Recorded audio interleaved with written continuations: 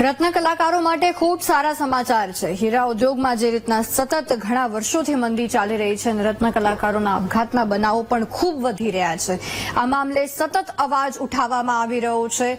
VTV news દ્વારા પણ આ મામલે અવાજ ઉઠાવવામાં આવ્યો। ત્રિનેત્રમાં પણ વારંવાર અમે અહેવાલ બતાવ્યો અને એ વાત કહી છે, સરકારને અપીલ કરી કે આ મામલે કોઈ યોગ્ય પગલાં લો, રત્ન કલાકારને મદદ કરો।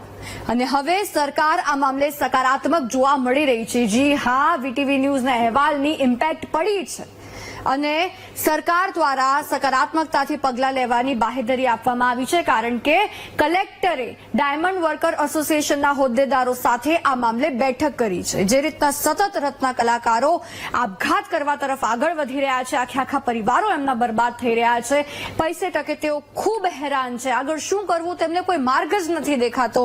એમના બાળકોની ફીસ કેટલાય મહિનાઓની ભરવાની બાકી હશે, એટલી ખરાબ પરિસ્થિતિમાંથી તેઓ અત્યારે પસાર થઈ રહ્યા છે। આ માટે હવે સરકાર તેમની જે માંગો છે કે કલ્યાણ બોર્ડની રચના કરવી, જે એમના બાળકો છે એમની ફીઝને લઈને યોગ્ય નિર્ણય લેવો, એ તમામ જે બધી માંગો છે એને લઈને અને જે વ્યવસાય વેરો છે એમાંથી પણ મુક્તિ અપાવી, આ બધી માંગ પર સરકાર ચર્ચા કરશે, એક મોટો નિર્ણય લેશે।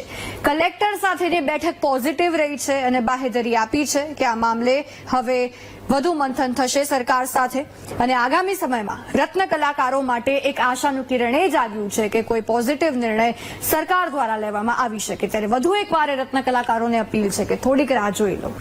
સમય હંમેશા બદલાતો રહે છે, સારો સમય પણ હંમેશા પરમનન્ટ નથી અને ખરાબ સમય પણ નહીં। ખરાબ સમય આવ્યો છે, એ પણ પસાર થઈ જશે। ધીરજ રાખો, ખરાબ નહીં થાય।